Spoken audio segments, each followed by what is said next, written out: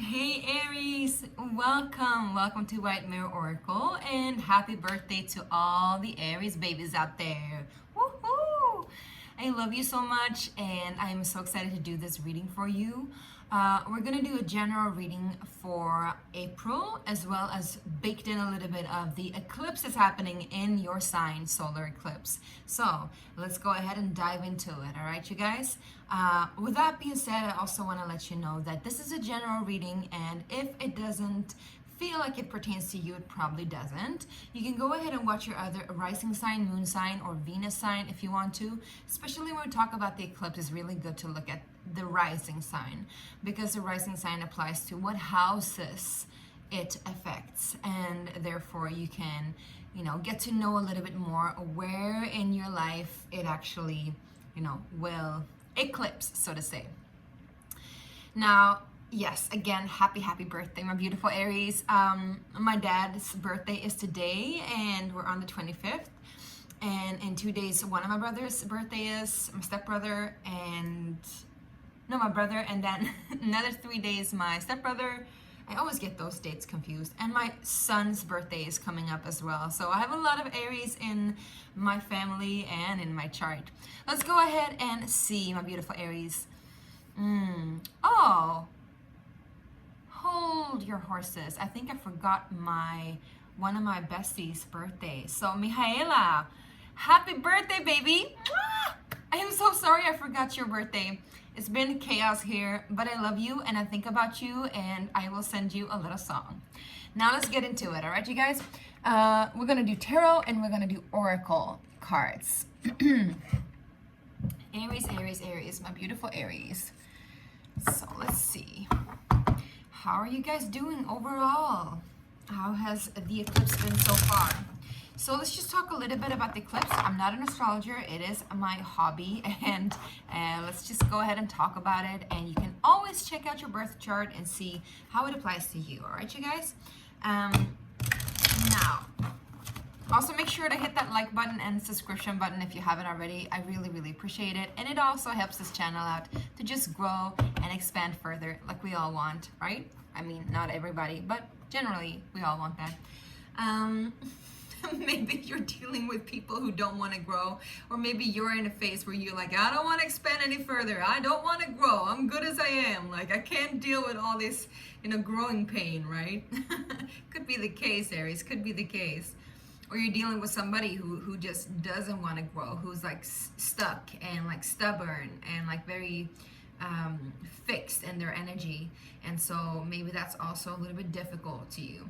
Now, let's just see. The lunar eclipse it was all about endings. Something was closing out, but we didn't really know what was closing out until like the after effects has finally like hit the surroundings, so to say. So something might have started, and then it ripple out, and it will kind of like move into this new beginning now that the solar eclipse is coming in, because solar eclipses are usually about beginnings. So because it happens in your sign, my loves, it is all about, the new, the I. What do I want? Because you signify the I, the first one, right? The one and only, like me, myself. But it also signifies ego, right? The head.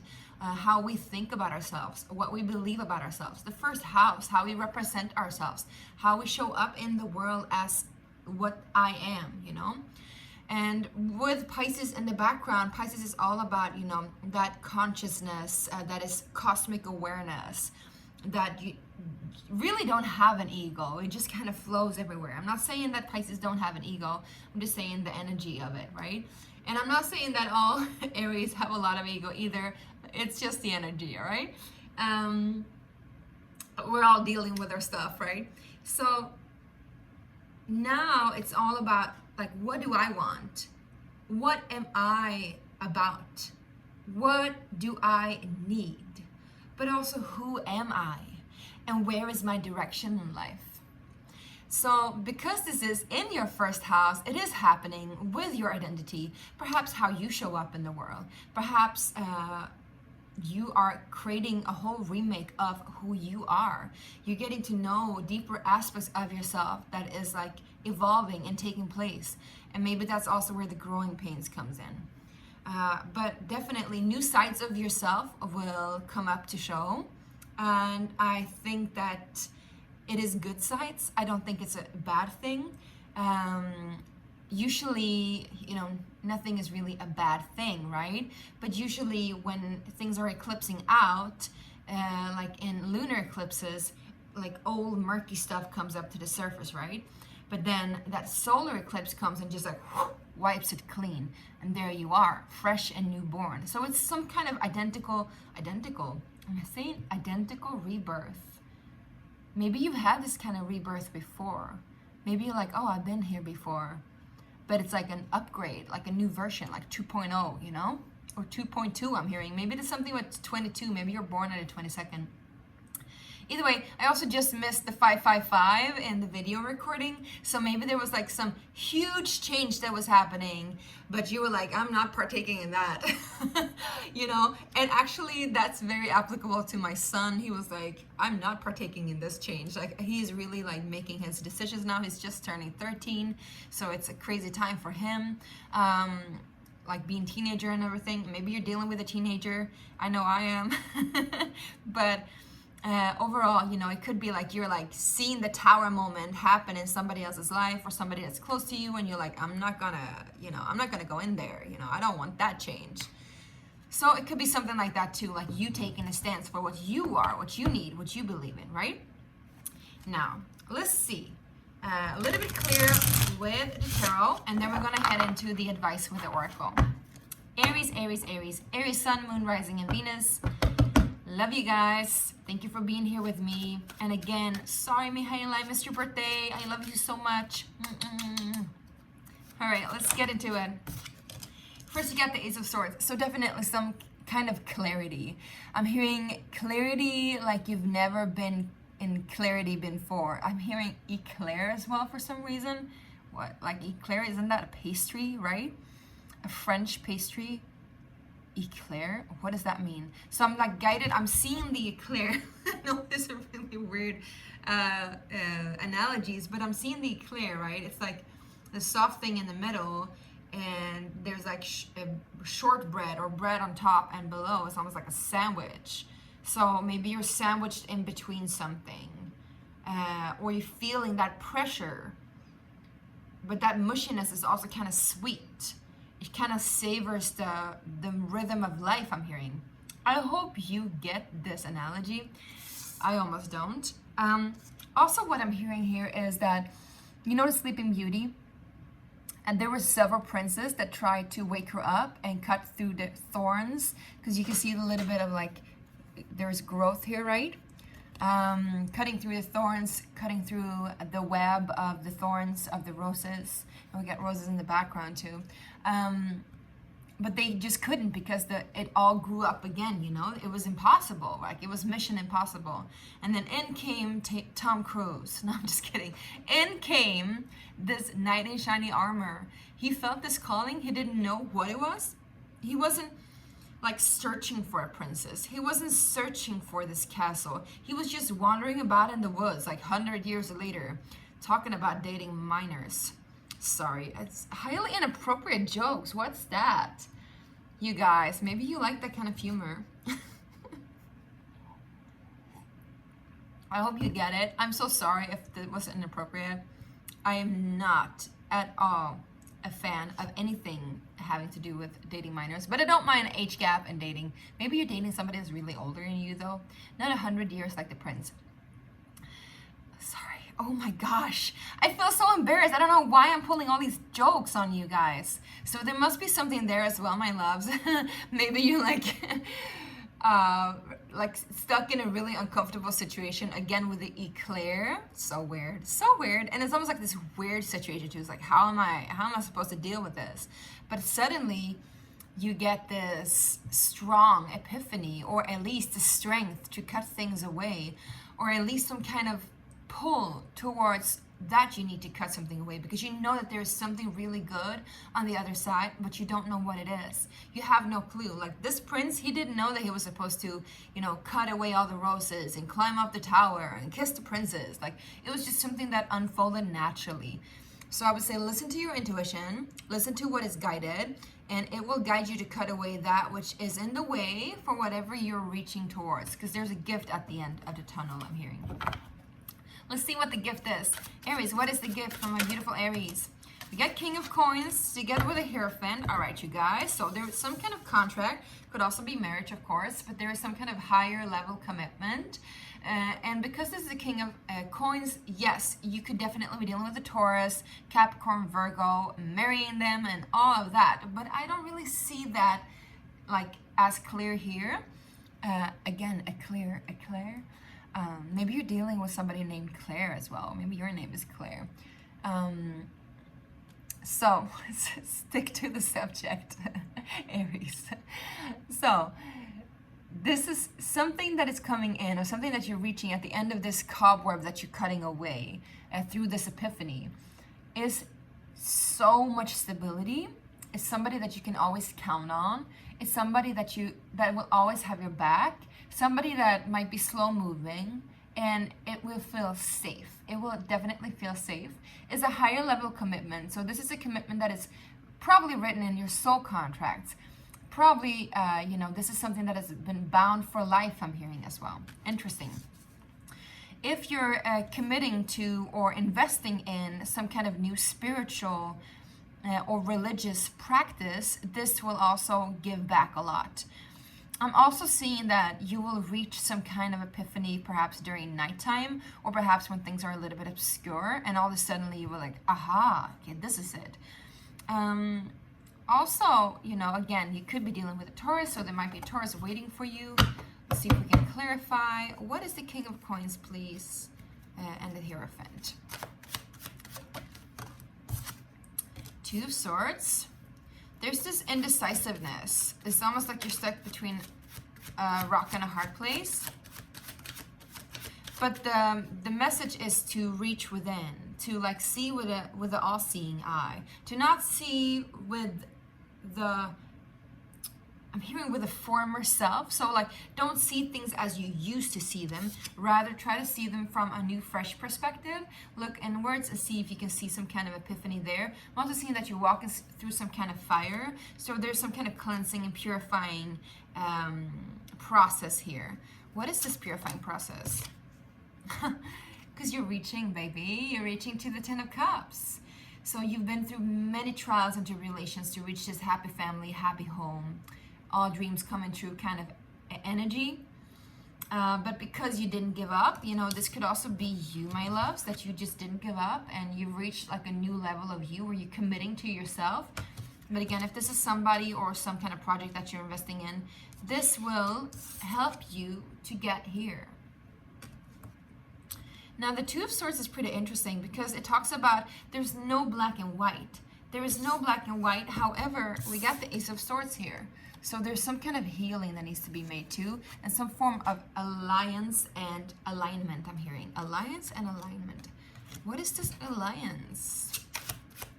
It's a very cryptic message, my love. I saw 333. Temperance, the Empress, and the World card. Oh my gosh. All right, so this is somebody that you used to, somebody or something that used to make you feel very like out in the cold, perhaps like alienated from, something that you were alienated from, something that you felt like you didn't have. Perhaps also that you couldn't receive that abundance, that you were like on the outskirts or on the outside of something. Again, I'm getting this this image of this prince with the Sleeping Beauty, and he's like on the other side of the walls, and he's on the other side of this thorn bushes, and like he needs to cut through in order for him to get to this happy home, happy life, happy family situation. Now listen, in comes Temperance and the Empress and the World card. This is amazing cards, Aries. I was just gonna say a Leo, so maybe you're dealing with a Leo as well. So this is Sagittarius card. This is, again, we have Taurus energy. So you might definitely be having some kind of Taurus energy. And if you don't have that, it is in your second house if you're Aries rising. So Taurus talks about then riches, abundance, generated wealth, and all of that. So that might also be in relationship to this dream coming true. We get the World card, so something huge is closing out. And I would say what is closing out is definitely this Five of Pentacles, feeling like there's a lack of. Perhaps also you're doing some kind of traveling or moving, because there is the Sagittarius energy. If you're not moving on the external, you're definitely moving in the internal, I'm hearing, to a place where you can receive abundance, where you shift and change your shapes according to what needs to be held receptive to. Could also be dealing with some kind of mother energy and healing your mother wound, or if you're a mother yourself. Again, here's the roses, right? And it's interesting because the roses are there, like the thorn roses, right? And we have the roses in the background. So you might want to check in with Mary Magdalene energy and see what that kind of rose energy has for you. You might be dealing with somebody that is named Rose as well.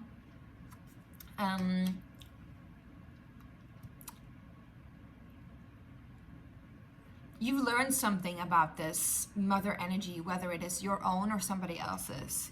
It made you see things clearer and at a higher level, perhaps even spiritual awakening when it comes to what is the female mother archetype in this, what is your role and what is their role, or if there is a there, like if there's another person here.